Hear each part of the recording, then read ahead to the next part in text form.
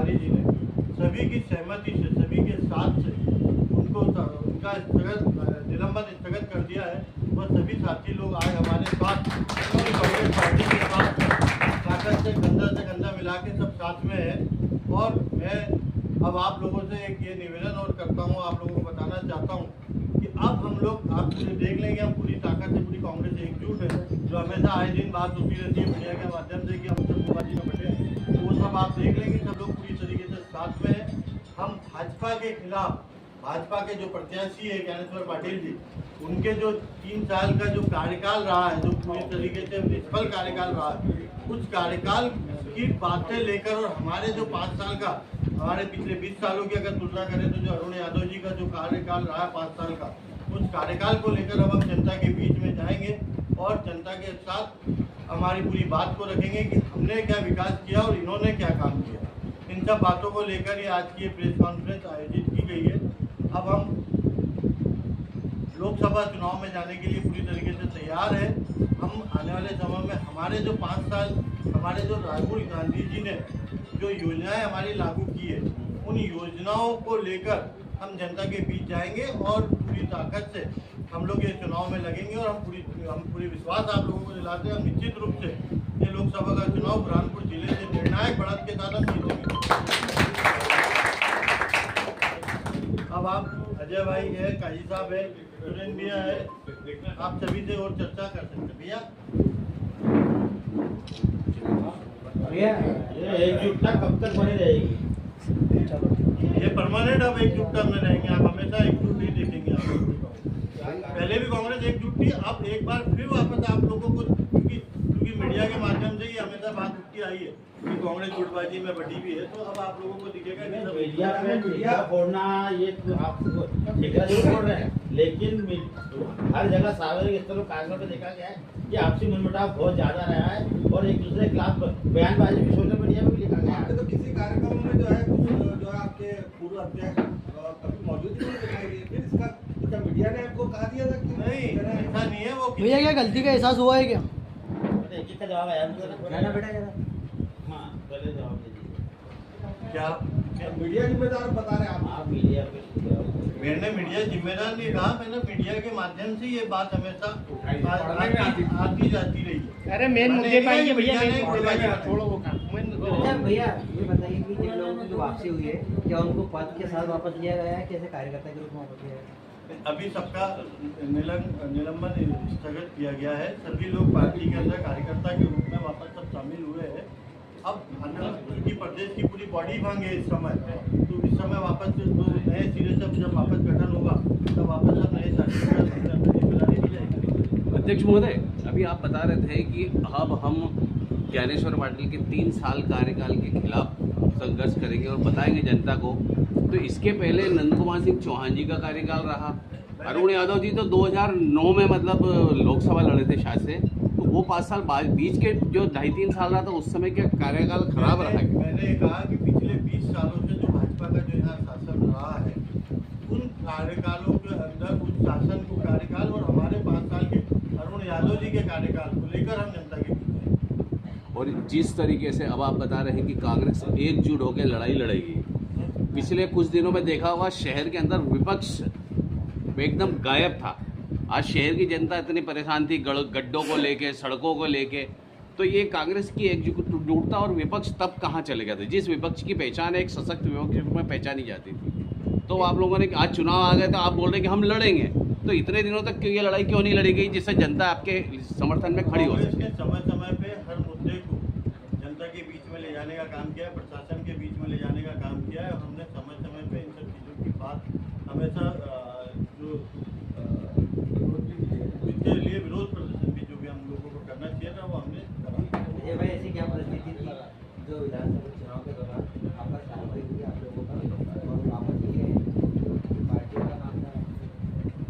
देखिए ऐसा है, हमारे शीर्ष नेतृत्व ने जो हम सब पर अपना विश्वास प्रकट करके निष्कासन को रद्द किया है, तो हम सबके बहुत आभारी हैं।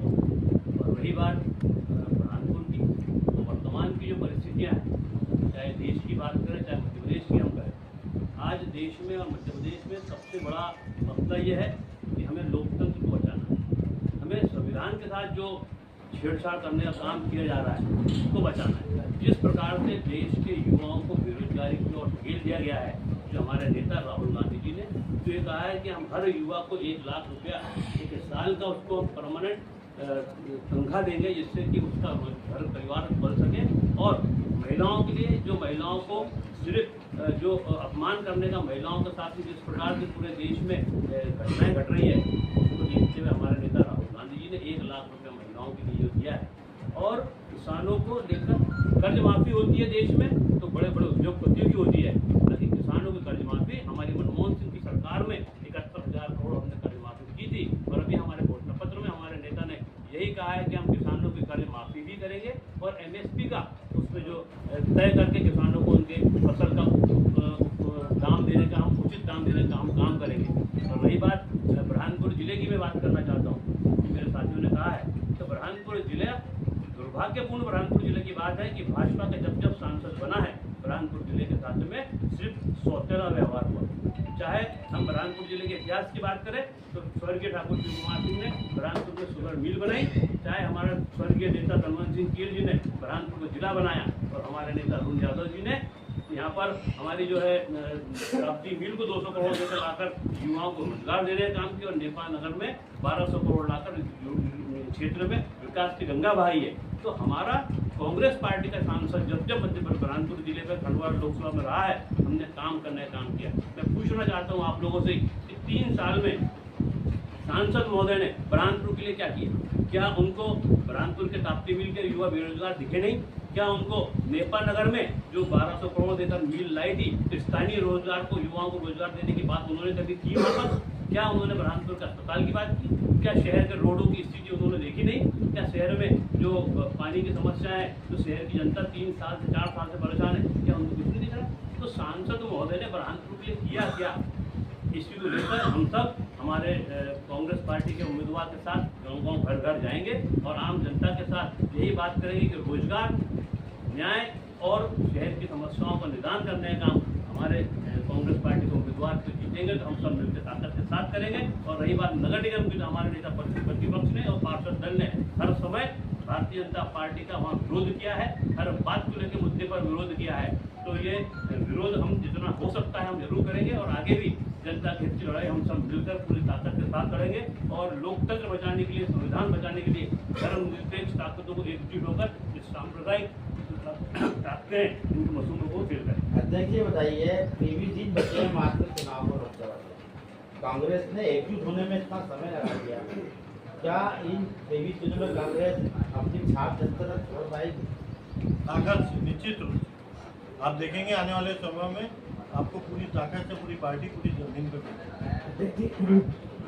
कितने लोगों को वापस लिया गया, कितने लोग शेष बचे हैं जो नहीं, लगभग जितने भी लोग निष्कासित हुए थे सभी लोगों को वापस कांग्रेस पार्टी को वापस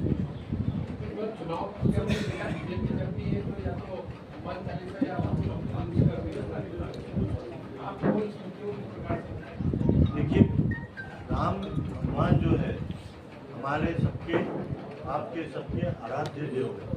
उसे भाजपा जो है राजनीतिक रूप देना चाहती है, जबकि वो राजनीतिक व्यक्ति नहीं है। भगवान राम भगवान है, उन्हें राजनीति से जोड़ना है, भाजपा ही सब चीज़ों को कर रही है। कांग्रेस इस तरीके की कोई चीज़ों को कभी उन्होंने जातिगत राजनीति या धर्म की राजनीति से ऊपर उठ के कांग्रेस में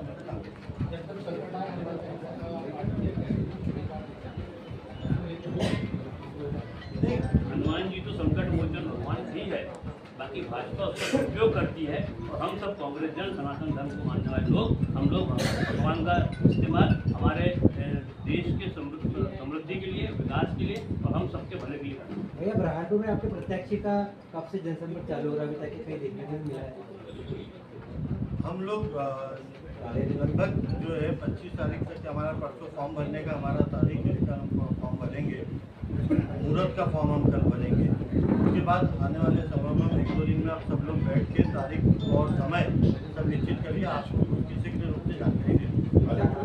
4 जिले हैं, 8 विधानसभा। लोकसभा का प्रत्याशी कार्यकर्ता नहीं जाता, ये कार्यकर्ता सब अपने आप को प्रत्याशी की अभी 8 दिन पहले से यहाँ वो लोकसभा का प्रत्याशी घूम रहा था, ईद पे घूमा, रामनवमी पे घूमा,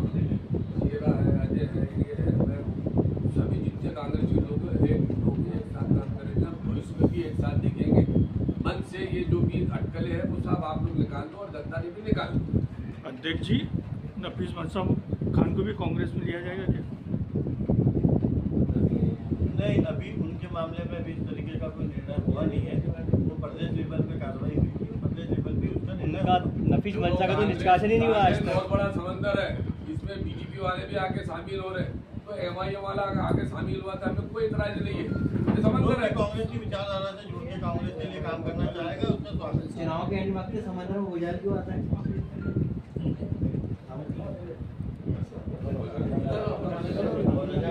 हर जगह भूचाल आता है, उधर भी आया है। क्या बात है।